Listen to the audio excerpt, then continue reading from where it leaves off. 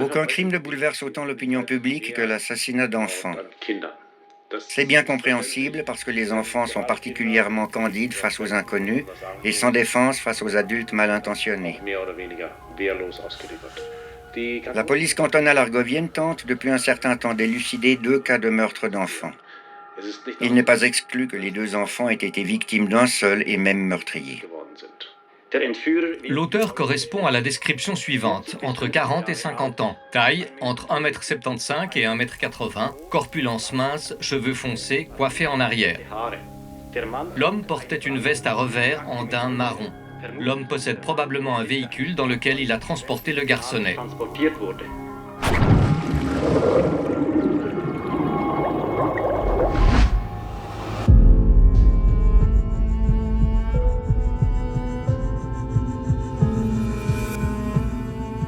C'est la pire chose qui puisse arriver à des parents. Tout homicide est un crime grave. Mais quand il s'agit d'enfants, c'est une autre dimension. Au fil des mois et des années, d'autres enfants disparaissent. La particularité de cette série de meurtres réside dans le fait qu'on a cherché un coupable pendant 10 ans alors qu'on aurait pu le démasquer dès le début. C'est un homme dangereux et imprévisible.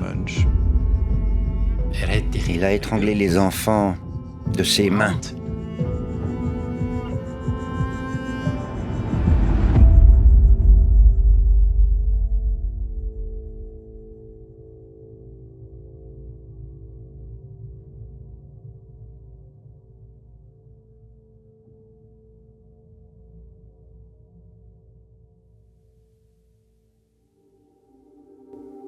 Un autre enfant, une fillette de 9 ans, est portée disparue à Eggendorf, dans le canton de Soller. Un enfant a disparu sans laisser de traces. Le corps a été retrouvé aujourd'hui, non loin de la maison familiale.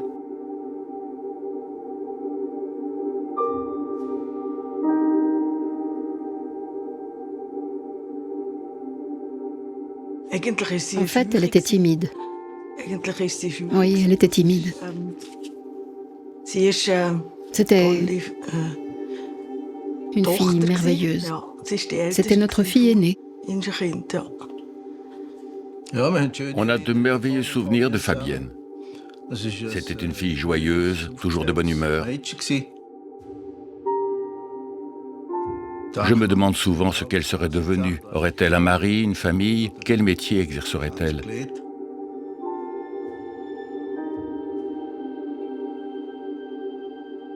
Elle a eu une sorte de pressentiment, mais sans savoir ce qui allait se passer. Sur ce dessin, on voit comme un siège de juge et ici une tête de mort. Je pense qu'avant de mourir, chaque être humain a une sorte de prémonition qui lui dit que la fin est proche.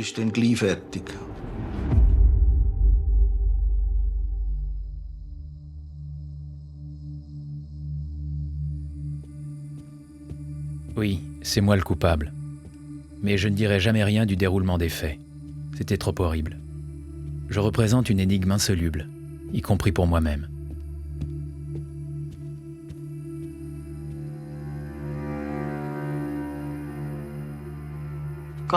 C'était un samedi comme les autres, en 1989. Je cueillais du sureau. Il faisait beau. Il faisait beau. 2 semaines avant, Fabienne était revenue de vacances. Elle les avait passées en Valais, chez son parrain. À son retour, elle se réjouissait d'aller à la kermesse annuelle. J'ai dit qu'on irait le lendemain, le dimanche. Mais elle a dit qu'elle voulait y aller tout de suite, parce qu'il y avait toutes ces belles lumières et qu'elle aimait bien ça. Alors on a décidé d'y aller tous ensemble.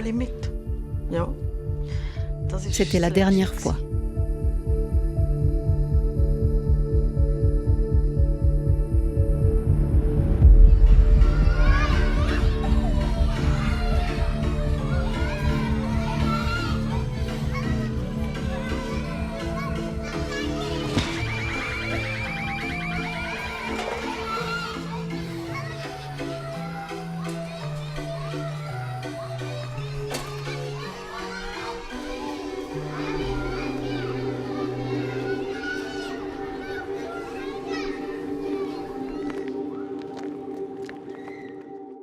Je m'appelle Victor Daman et je suis chroniqueur judiciaire au Blick depuis 1980. Au départ, on ne parlait pas de l'affaire Ferrari, mais d'une série de disparitions d'enfants dont certains n'ont même jamais été retrouvés.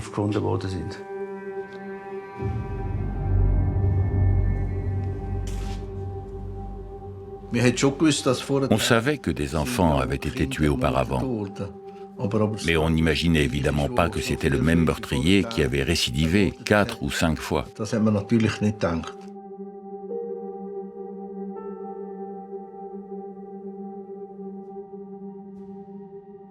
Quand ces meurtres d'enfants ont eu lieu, j'étais une enfant, moi aussi. Quand je traversais le village et que je passais devant la COP ou devant le poste de police, il y avait des affichettes avec les photos des enfants disparus tirées des albums de famille, des visages d'enfants souriants. Moi, j'avais 8-9 ans et je regardais les visages de ces filles et de ces garçons qui avaient mon âge et je n'arrivais pas à comprendre comment ils avaient pu disparaître de la surface de la Terre.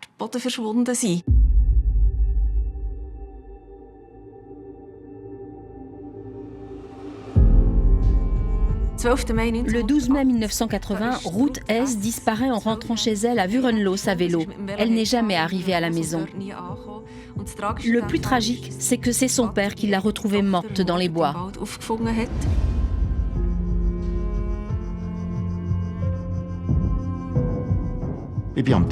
J'étais en train de jouer au tennis quand on m'a appelé pour me dire qu'on avait trouvé une fillette à Vurenloos, dans la forêt.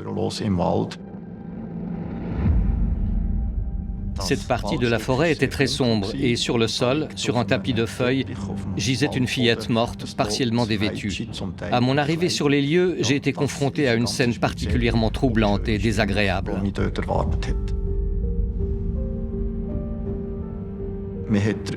Il nous est apparu que le meurtrier avait probablement abusé de la fillette.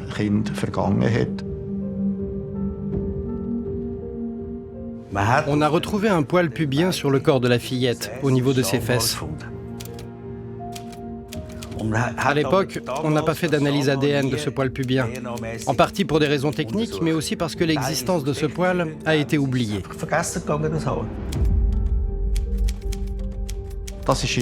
À cette époque, l'ADN n'était pas une preuve incontestable.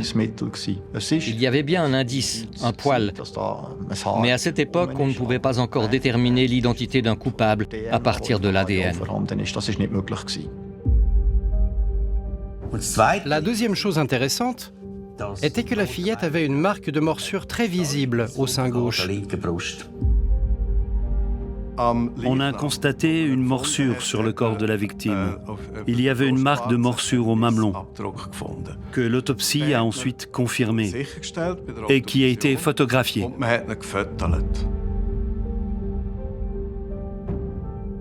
Ça a été le premier cas de cette série de meurtres commis dans les années 80. Ça explique pourquoi les investigations policières et judiciaires ont été menées par le canton d'Argovie.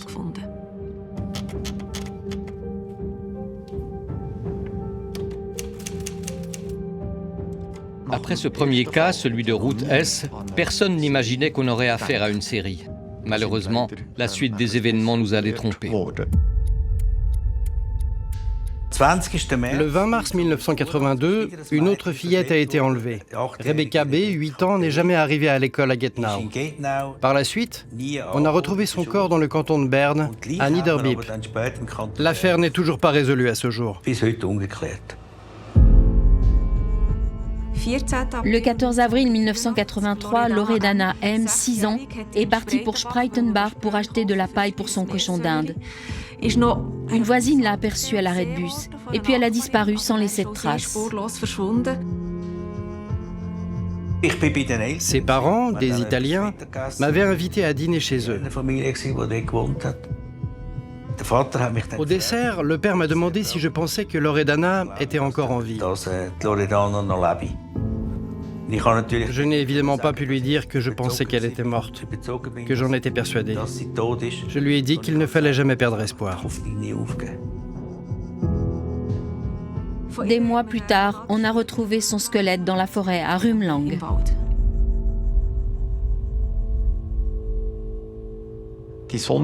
La commission spéciale Rebecca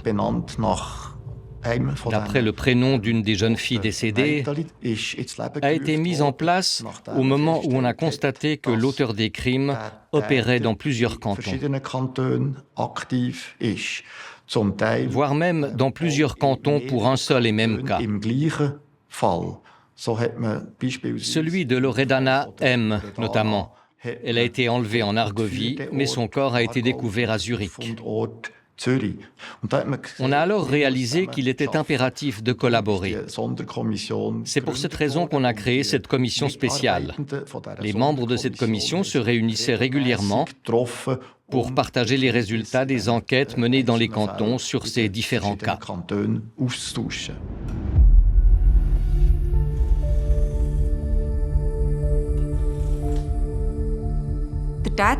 Pendant la période où partout en Suisse on cherchait désespérément le coupable sans savoir qui il était, celui-ci a vécu comme un fantôme. Il a travaillé ici et là, il a aussi beaucoup déménagé. Il savait qu'il risquait d'être suspecté dans telle ou telle affaire, parce qu'il avait déjà commis un délit similaire. D'ailleurs, dans ses lettres, il raconte qu'il avait peur d'être soupçonné. Mais apparemment, cette crainte était sans objet parce que la police ne l'a pas suspecté d'emblée.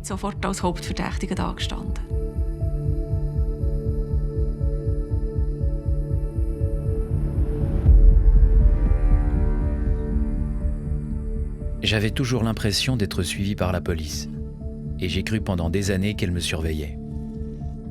J'avais tout le temps peur qu'on me découvre les faits malheureux de 1971, et j'ai commencé à boire de plus en plus d'alcool.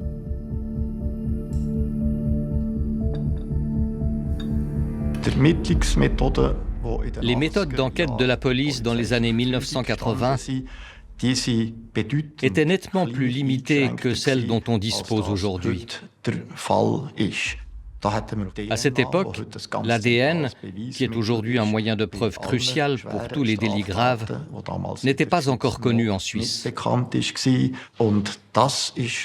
C'est en partie pour cette raison que certains crimes n'ont pas pu être résolus à cette époque, alors qu'aujourd'hui, ils le seraient.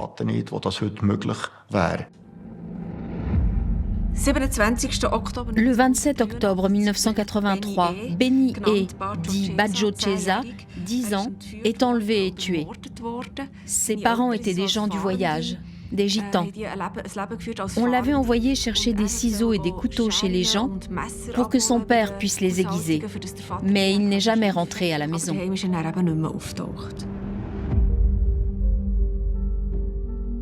On était complètement désemparés. On n'arrivait pas à concevoir qu'il y avait encore un nouveau cas. On espérait que ces crimes allaient s'arrêter, mais ils ont continué pendant des années. C'était très difficile à vivre, même pour les journalistes.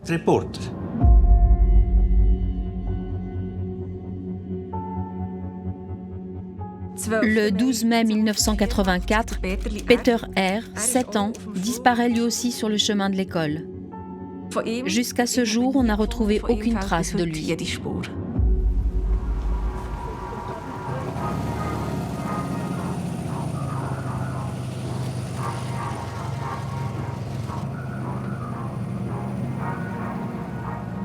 J'ai remarqué que tous les enfants avaient le même âge et qu'ils disparaissaient souvent le samedi.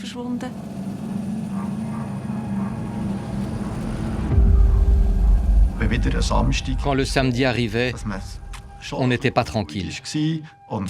Surtout quand on recevait un avis de disparition d'enfants un samedi. Là, tous les signaux d'alerte viraient au rouge. Certains des crimes étaient liés à des fêtes foraines. Des fêtes foraines, des fêtes de village, des fêtes scouts. C'est quand même étonnant que dans des endroits où il y a autant de monde, quelqu'un parvienne à enlever un enfant.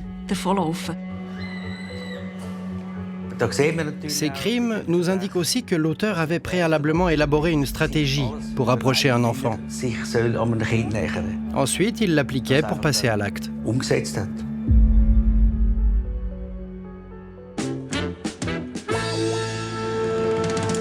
Le cas suivant nous vient de Suisse. Je passe la parole à Konrad Töns.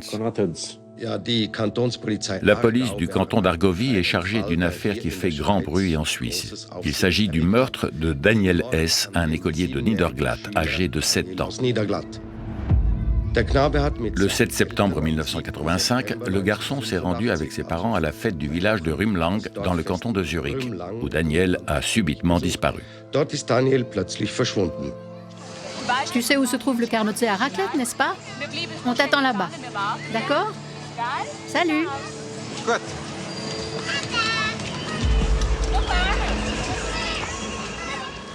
On suppose qu'il a été enlevé par un inconnu.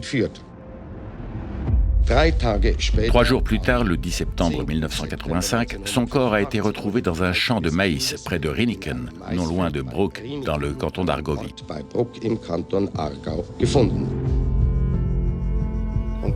Après avoir récolté environ 3 mètres carrés de maïs, j'ai découvert le garçon. Il était couché en position latérale, comme s'il était endormi. Étendu là, recroquevillé.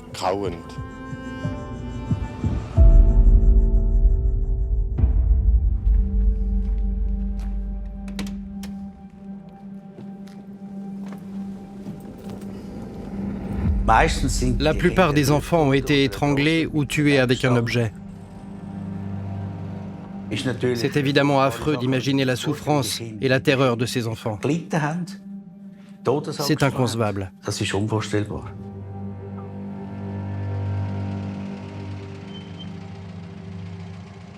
Certains actes représentent une menace fondamentale, soit parce qu'ils concernent des enfants, soit parce qu'ils sont commis au hasard à un endroit donné où tout d'un coup des personnes sont tuées. Il est évident que de tels actes ébranlent profondément le sentiment de sécurité des gens, particulièrement lorsque des enfants sont concernés. Leurs répercussions vont bien au-delà des actes. La peur se répand et les parents se demandent s'ils peuvent encore laisser leur enfant sortir seul dans la rue. Tant qu'un criminel de cette sorte reste en liberté et que l'affaire n'est pas résolue, ça érode le sentiment de sécurité de la population.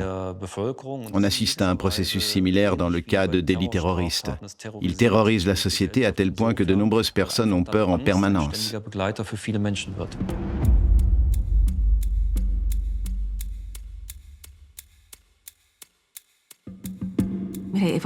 On avait peur parce que des enfants disparaissaient régulièrement.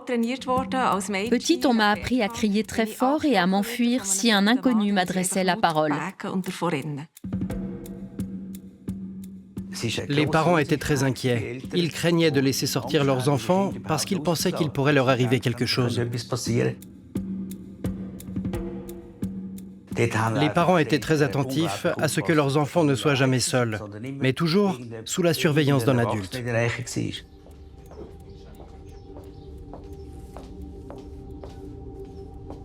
Quand j'étais pris par cette inquiétude, par ce délire de persécution, je me réfugiais dans mon enfance, où je trouvais un peu de réconfort et de calme.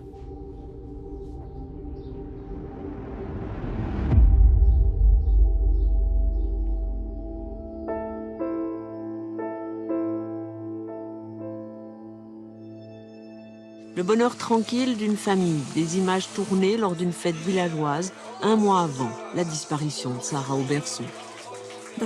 C'est probablement l'un des cas d'enlèvement les plus célèbres de Suisse. Elle avait 5 ans. Elle faisait des tours sur son petit vélo dans la cour de l'école de Saxon, qui se trouvait juste en face de chez elle. On n'a retrouvé que son vélo. Des moyens énormes sont mis en œuvre pour la retrouver, aussi bien en Suisse qu'à l'étranger.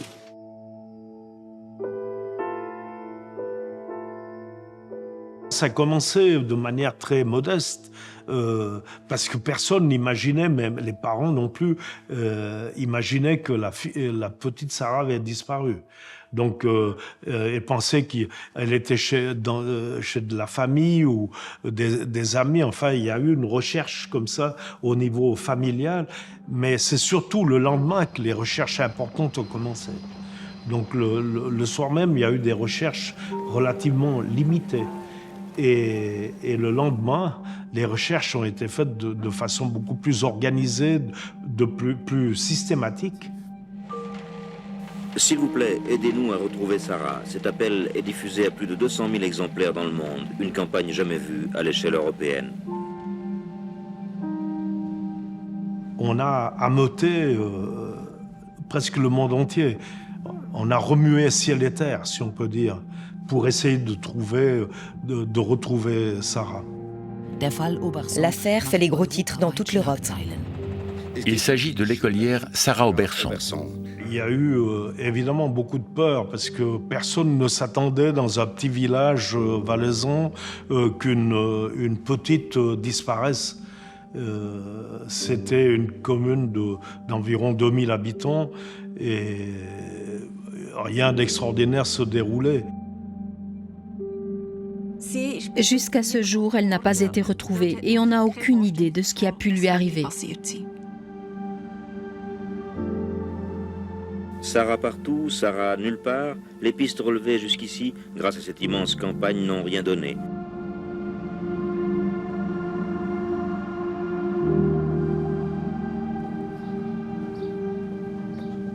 C'est un monstre. Un tueur d'enfants, c'est un monstre. Mais c'est un monstre qui fait partie de notre humanité. Et l'humanité doit se préserver contre des monstres. Et les monstres, il faut les mettre en prison et les soigner. Mais il ne faut plus les laisser sortir afin qu'ils ne sévissent plus auprès d'autres enfants, d'autres jeunes. On éprouve le besoin de se distancier nettement de celui qu'on qualifie de malade, d'animal ou de monstre, et de l'exclure du cercle de la normalité. On considère qu'il est totalement différent de nous et on le désigne par des qualificatifs qui le catégorisent comme tel. Pour ma part, j'essaie toujours de comprendre. Ces qualificatifs ne nous font pas avancer. Il faut regarder la situation très attentivement et chercher à savoir qui est cette personne, quelles sont ses raisons et ses motivations.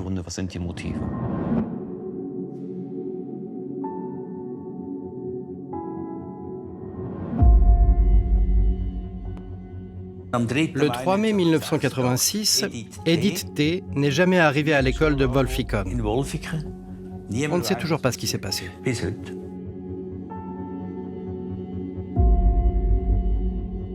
Il y a encore beaucoup de personnes qui pensent à nous et qui nous montrent qu'on n'est pas seul. Elles compatissent et partagent notre douleur.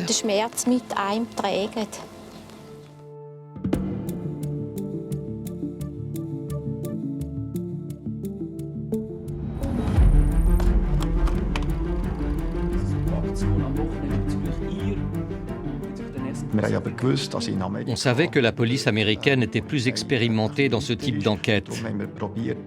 On a alors essayé de bénéficier de son expérience. On a fait venir des experts en Suisse, des profileurs américains qui ont tenté d'établir le profil de l'auteur sur la base des photos des scènes de crime qu'on leur soumettait.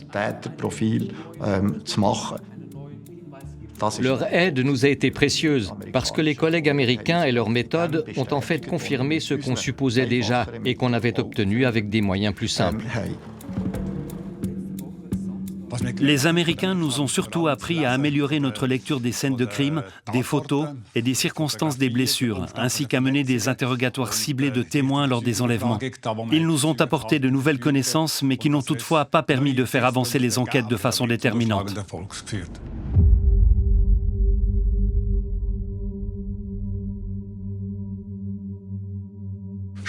Quelques jours plus tard, un journal demandait avec inquiétude qui serait la prochaine victime.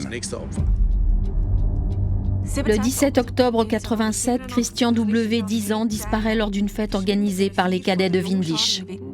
De nouveau une place de fête, de nouveau un samedi. Dans la commune de Windisch, à quelques kilomètres de Riniken, où le corps de Daniel S. a été retrouvé, une troupe de jeunes cadets fête ses 50 ans d'existence. Christian W., 10 ans, est l'un des 100 membres de cette troupe de cadets. Cet après-midi-là, il est venu tout seul en train de Döttingen à Windisch. À partir de 18h, les festivités se déplacent vers la salle polyvalente décorée pour l'occasion. Là, les membres de la troupe de cadets mangent ensemble, accompagnés de leurs parents et de connaissances pour certains. Vers 19h, l'écolier quitte la salle des fêtes du village sans que personne s'en aperçoive. Personne ne sait pourquoi. Personne ne sait ce qui s'est passé ensuite. Alors que la fête bat son plein dans la salle du village, quelqu'un remarque sur la route de campagne entre Rüffenach et Rheniken quelque chose qui a certainement une grande importance dans le contexte de la disparition de Christian. Un cyclomotoriste qui a des problèmes avec son vélomoteur voit à la lumière de son phare un homme cheminant avec un enfant d'environ 10 ans, probablement Christian avec son meurtrier. Le lendemain, un groupe de cavaliers trouve son corps dans une forêt.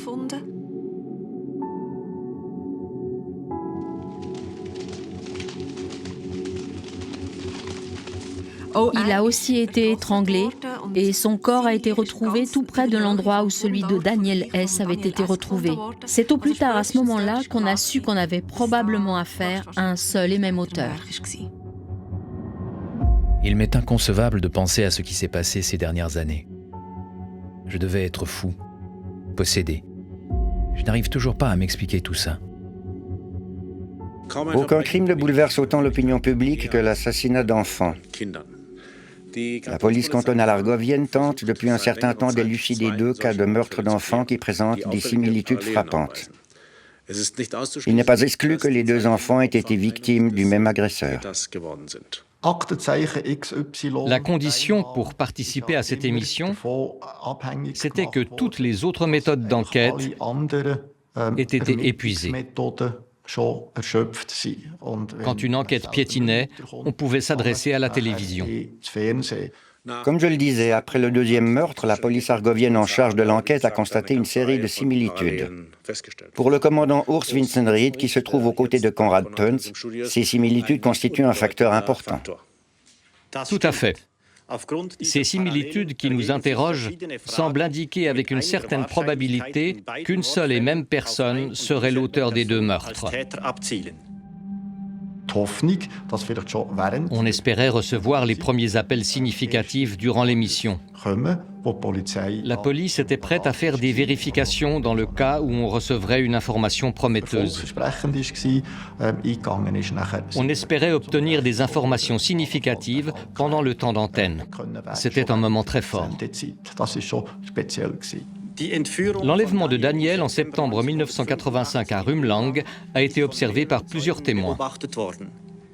L'auteur correspond à la description suivante, entre 40 et 50 ans, taille entre 1,75 m et 1,80 m, corpulence mince, cheveux foncés, coiffés en arrière. L'homme portait une veste à revers en daim marron. Les manches et le devant de la veste sont en laine. Dans les 2 cas, l'auteur a laissé sur le lieu du crime les objets avec lesquels il avait préalablement étranglé ses victimes. Dans le cas de Daniel S., l'auteur a utilisé ce cordon de rideau doré à houppe d'une longueur d'1 mètre environ. Dans le cas de Christian W., il a utilisé cette ceinture en pilou marron qui faisait probablement partie d'un peignoir, d'une robe de chambre, en tout cas d'une tenue d'intérieur. Notre question est la suivante. Qui peut donner des informations concernant la disparition de ces 2 objets? On a montré ces objets. On avait évidemment déjà essayé de trouver la provenance de ce cordon de rideau et de cette ceinture de peignoir. Mais là aussi, c'était comme tenter de retrouver une aiguille dans une botte de foin.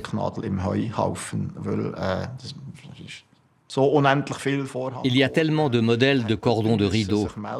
On espérait que quelqu'un nous appelle en nous disant qu'une personne de sa connaissance possédait ce type de cordon de rideau et que l'un des 2 avait disparu, ou un peignoir dont la ceinture avait disparu. Évidemment, les chances de succès étaient infimes, mais on a essayé. On a enquêté pour chaque appel qui nous a semblé pertinent. Il n'y a pas eu d'émission sans qu'on ait reçu des indications sur lesquelles on a ensuite enquêté.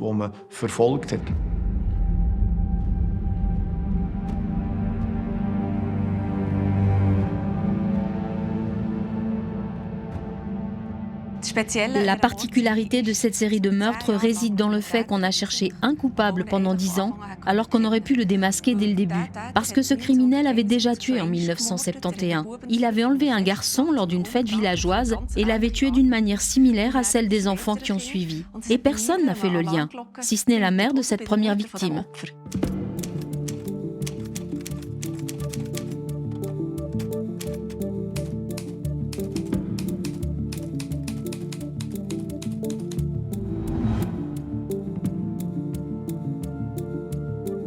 Elle s'était adressée tôt à la police en disant qu'il pouvait s'agir du même auteur, mais son appel est resté longtemps sans écho.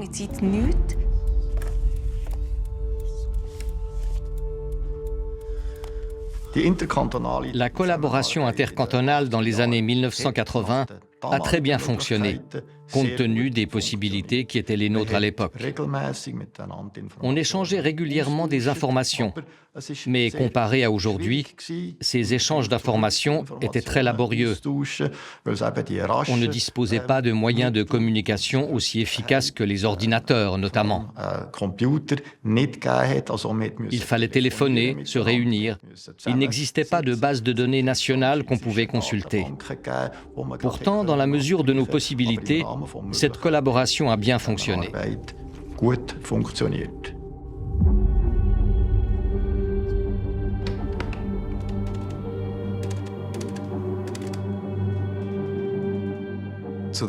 À l'époque, la protection des données n'existait pas encore. On pouvait donc échanger nettement plus d'informations entre nous qu'aujourd'hui. Mais à l'époque, les informations s'échangeaient de façon informelle. Les policiers se connaissaient entre eux et se parlaient. Mais personne ne mettait quoi que ce soit par écrit.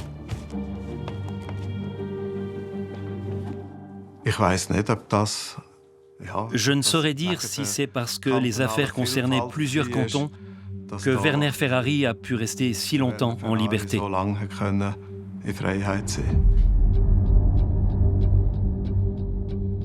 Ferrari a un casier judiciaire. Au début des années 1970, il a été condamné à 12 ans de prison pour le meurtre d'un jeune garçon.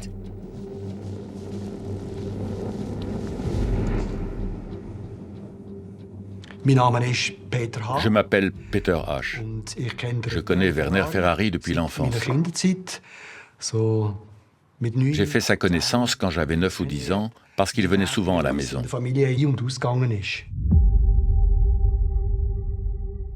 Je me souviens qu'un jour, on était assis à table et que notre mère était très affectée. On ne savait pas ce qui se passait, jusqu'à ce que notre mère nous annonce brusquement que Werner était un meurtrier. Ça a été un véritable choc. On était complètement sonnés. Le silence s'est installé autour de la table. On était vraiment bouleversés par cette nouvelle.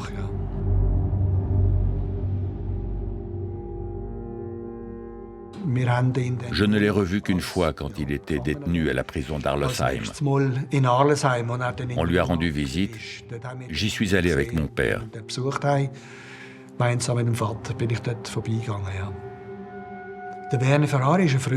Werner Ferrari était un de nos amis, un ami de la famille. Et ça nous a paru tout à fait normal d'aller lui rendre visite en prison.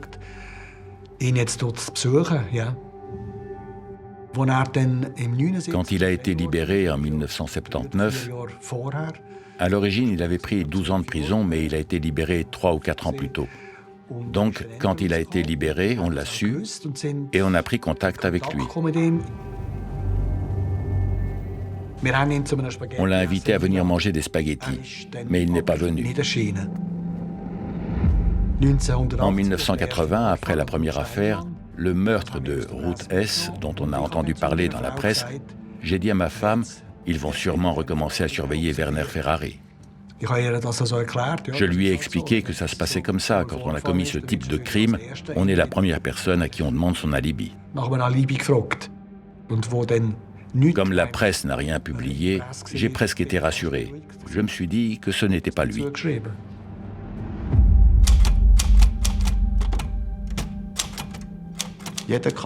Chaque canton disposait de ses propres données, et si on voulait accéder aux données d'un autre canton, il fallait déposer une demande pour obtenir des renseignements. Ça ne facilitait vraiment pas le travail.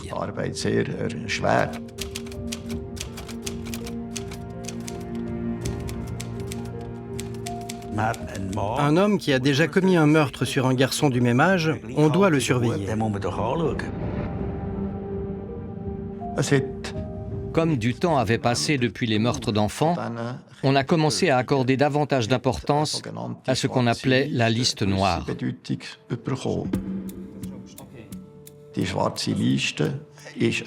Cette liste noire contenait les noms de criminels impliqués dans des délits sexuels graves, ainsi que des meurtres qui avaient été commis en Suisse. On a essayé de restreindre le nombre des auteurs potentiels, mais bien évidemment, figurer sur cette liste ne constituait pas un indice de culpabilité. De plus, cette liste était assez longue.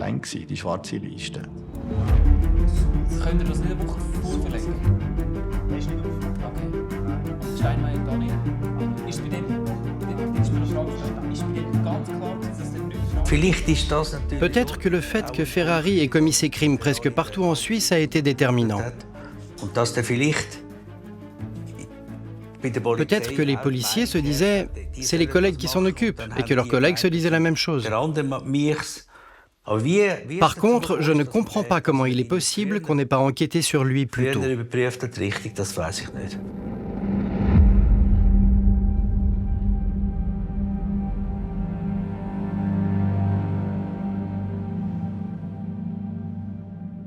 En 1987, la police est allée le trouver. Il vivait à Adelboden et travaillait aux sources d'eau minérale.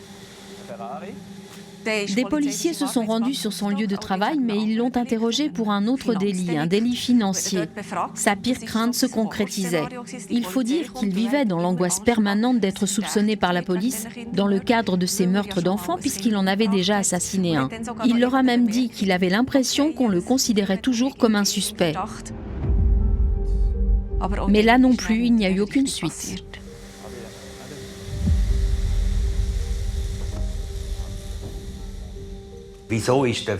Comment se fait-il qu'on ait libéré Ferrari qui avait déjà tué un enfant dans les années 70 ?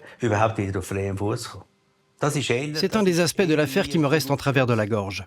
Comment est-il possible qu'on ait pu libérer un délinquant sexuel du calibre de Ferrari ? Qui peut affirmer qu'une personne ne va pas s'améliorer au cours de sa vie après avoir commis un seul délit ? De plus, Ferrari était encore relativement jeune à cette époque. Il est très rare qu'on dise d'emblée d'une personne qu'elle ne peut pas être réinsérée et qu'elle n'a plus sa place dans la société. Ça contrevient à notre conception de l'être humain. Et je partage cette conception. Aujourd'hui, on verrait les choses très différemment. On dirait que le problème et la raison pour laquelle cette personne est en prison, c'est qu'elle a commis un meurtre. On cherchera à savoir comment elle en est arrivée là, quels risques elle présente à l'avenir, à quoi il faut être attentif et où placer le radar. Aujourd'hui, on s'y prendrait très différemment. Dans le cas Ferrari, on n'avait pas encore développé cette sensibilité.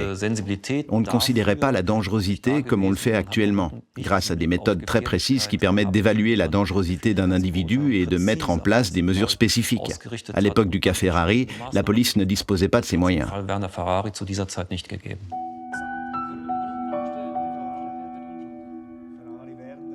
Plus tard, lorsque la série de meurtres a commencé, son tuteur a été interrogé. C'est donc bien qu'il était apparu quelque part sur un radar. Mais son tuteur a été extrêmement élogieux à son égard, en disant qu'il avait très bien évolué, ce qui a pratiquement levé les éventuels soupçons qui pouvaient peser sur lui.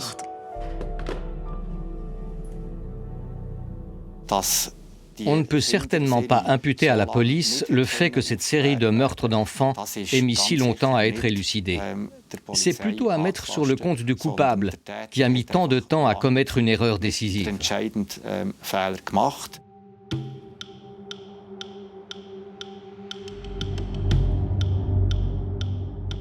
Le chef de la police criminelle avait dit qu'il faudrait un nouveau meurtre pour peut-être arrêter le coupable. Visiblement, ils n'avaient pas de suspect. Ils ne disposaient pas des indices dont ils avaient besoin ou ils ne les voyaient pas. Ces indices étaient probablement à leur portée, mais ils ne les ont pas exploités. Je suis d'avis qu'il n'y avait pas besoin d'un nouveau meurtre. Il aurait pu être évité si la police avait mieux collaboré et réagi différemment face à certains indices. Pour les parents et les proches de Fabienne, c'est extrêmement violent. J'imagine que ça ne doit pas être facile de se dire ni de gérer le fait que cet enfant serait encore en vie si l'enquête avait été réalisée différemment ou peut-être mieux menée. Pendant ces 9 années, on a vraiment fait tout ce qui était humainement possible pour chaque cas. dans chaque canton. Et malgré ça, on n'a pas réussi à trouver le coupable. Ça a peut-être entraîné un certain sentiment d'impuissance. On n'arrivait simplement pas à faire aboutir cette enquête. C'était lourd à porter, et c'est peut-être une des raisons qui a motivé ces déclarations dans le journal.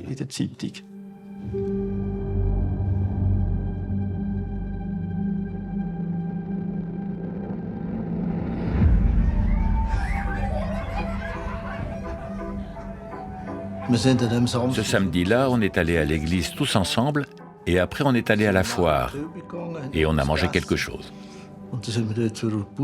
On est allé aux autotamponneuses. On se tenait d'un côté de la piste et Fabienne a demandé à aller de l'autre côté avec Eliane. On lui a dit « oui, allez-y ».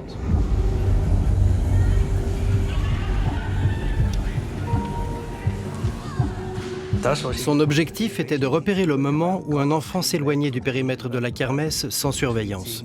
Alors il le suivait. Il était à l'affût, comme un chasseur.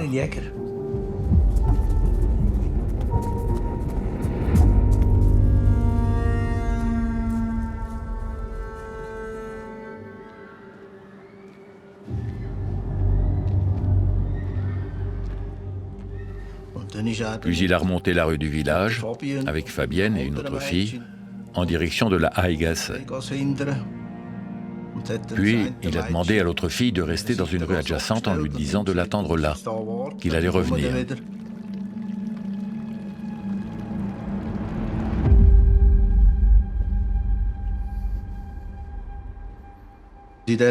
Ensuite, il est passé devant notre maison avec Fabienne et ils ont continué sur le Lindenweg. Là, derrière, il l'a tué, il l'a assassiné et il l'a violé. Les pleurs de Fabienne m'ont rappelé mon crime d'il y a 18 ans et j'ai perdu mon sang-froid. Apparemment, Fabienne s'en est rendue compte parce qu'elle s'est mise à pleurer encore plus fort.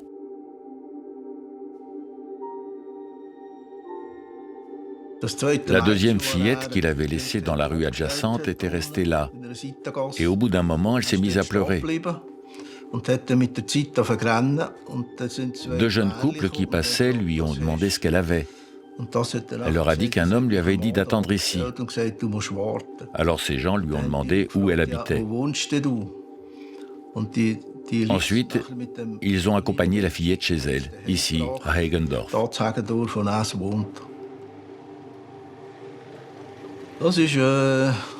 C'était, je dirais, 9h30, 10h moins le quart. D'après les estimations, Fabienne a été tuée entre 10h moins 5 et 10h.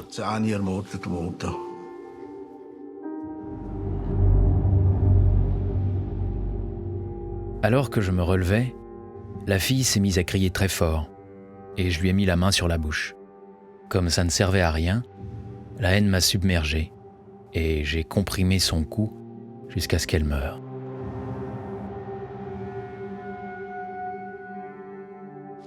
À ce moment-là, quelqu'un est arrivé par hasard, ou quelque chose s'est passé par hasard, ou quelque chose a mal tourné. Tout à coup, je suis sous le coup de la rage ou de quelque chose d'approchant et l'enfant est mort. On est face à quelque chose de très fragmenté, lié au hasard et qui se développe sur le moment. Ce n'est absolument pas plausible.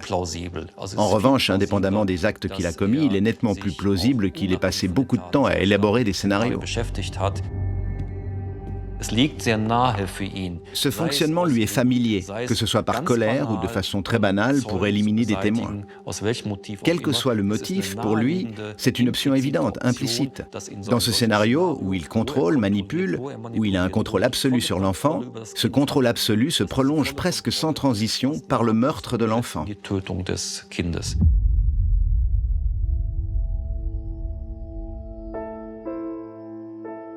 Un bon copain m'a dit « Viens, on va aller voir ». On a pris le Lindenweg. À cette époque, il n'y avait aucune maison dans cette zone. En août, la nuit, il fait humide, l'herbe est mouillée. Au bout du Lindenweg, on a vu 2 traces qui partaient dans le champ. 2 personnes étaient passées par là. On a avancé un bout dans le champ, puis on s'est dit « Bon, ça ne sert à rien, on fait demi-tour et on est rentré.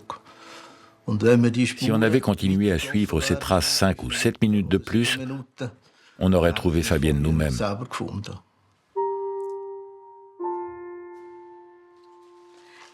C'était difficile. Je me souviens que c'était difficile. Difficile de ne pas savoir exactement. Mais on ne pouvait pas savoir. Oui, c'était rude.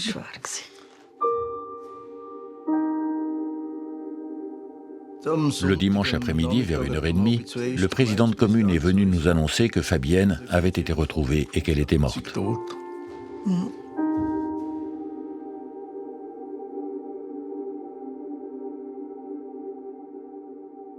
Dans le cas du meurtre de Fabienne, un témoin oculaire a pu décrire le coupable. Le témoignage de la fillette a permis de réaliser un portrait. Ce qui a permis de recueillir des informations au sein de la population. La police est alors allée frapper à sa porte.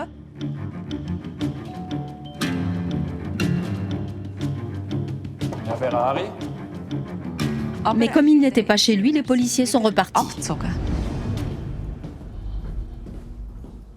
Puis il s'est produit quelque chose qui a surpris tout le monde rétrospectivement.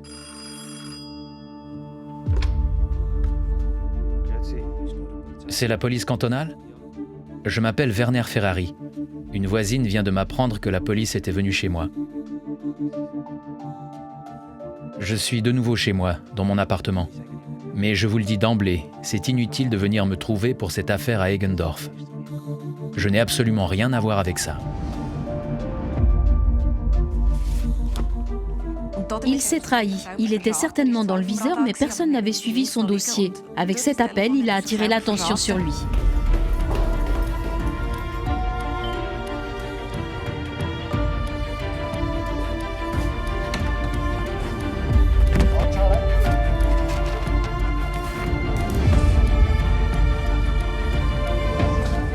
Ça a été un grand moment, un grand soulagement pour la population de savoir qu'on avait arrêté ce tueur d'enfants.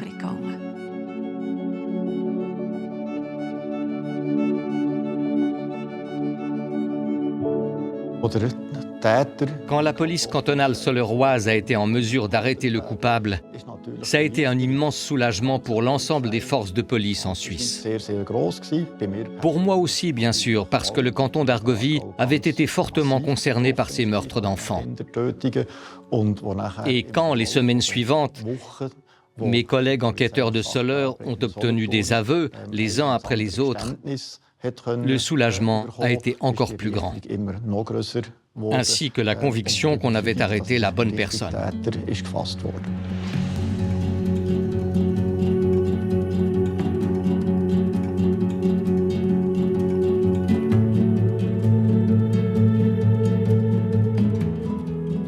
En se penchant sur ces meurtres, rétrospectivement, on constate qu'ils ont tous été commis selon un même schéma. Werner Ferrari se trouvait bien sur une liste noire, la police a frappé à sa porte, mais comme il n'était pas chez lui, on l'a tracé de la liste ou on l'a oublié. Je suis convaincue qu'aujourd'hui, la série de meurtres serait moins longue. Je pense aussi qu'on aurait peut-être pu éviter le dernier meurtre. Heureusement que le dernier cas a vraiment été le dernier. Bien sûr, c'est incontestable. C'était un cas de trop. En tant que policier, on s'est demandé dans quelle mesure on aurait pu l'éviter et s'il fallait qu'un autre enfant meure. Oui, on s'est posé cette question.